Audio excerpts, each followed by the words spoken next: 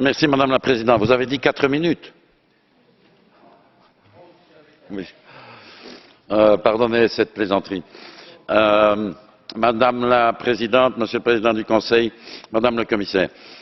Monsieur le Président du Conseil, je partage votre soulagement, en tout cas pour l'année 2015 et l'année 2016, en ce qui concerne les crédits de paiement. L'année dernière, nous avons passé quasiment la totalité des négociations de l'autorité budgétaire avec la Commission à essayer de trouver une solution au dramatique problème des paiements qui se posait.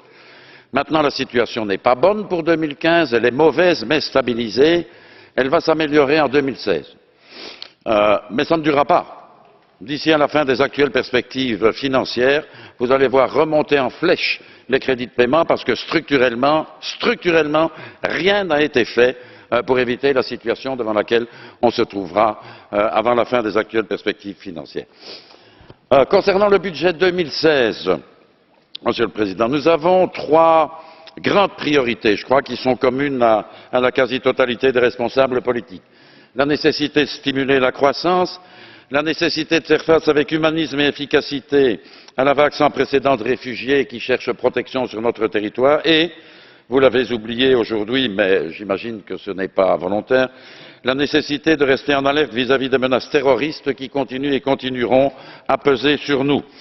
Je ne parlerai d'ailleurs pas beaucoup aujourd'hui de ce 3e défi, si ce n'est pour vous rappeler la nécessité de renforcer les moyens humains et techniques à mettre à la disposition des organes communautaires tels qu'Europol, Eurojust, l'agence EU-LISA, qui jouent un rôle très important dans l'échange d'informations stratégiques pour permettre de lutter contre le terrorisme et d'empêcher la reproduction des attentats.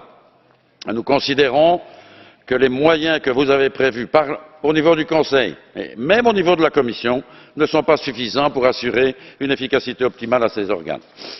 Cela dit, le problème majeur et le plus urgent auquel nous devons faire face aujourd'hui est celui de l'afflux, vous l'avez dit, sans précédent des réfugiés en quête de protection sur le territoire de l'Union. Nous avons entendu avec plaisir les déclarations de M. Juncker, d'un certain nombre de responsables politiques dont nous partageons les orientations, je ne parle pas de M. Orban, mais cela dit, Monsieur le Président, il faut que les moyens budgétaires suivent.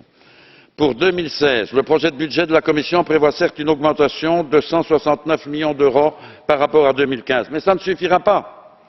Cela suffira d'autant moins que le coût de la répartition ou relocalisation des réfugiés va monter en flèche.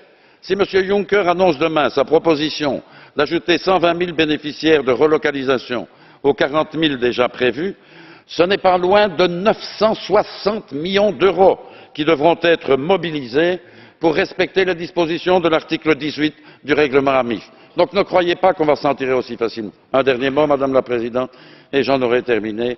Je regrette, comme mon collègue José Fernandes, rapporteur, que le Conseil ait encore éprouvé le besoin de diminuer certaines lignes budgétaires d'Horizon 2020 et de la Connecting Facility, alors que, d'après tous les éléments d'information qui sont en notre possession, ces lignes font l'objet de propositions qui émanent 36 000 rien que pour Horizon 2020 sur 2014-2015, auxquelles malheureusement vous créez les conditions dans lesquelles on ne peut pas répondre positivement. Je trouve cela une profonde erreur.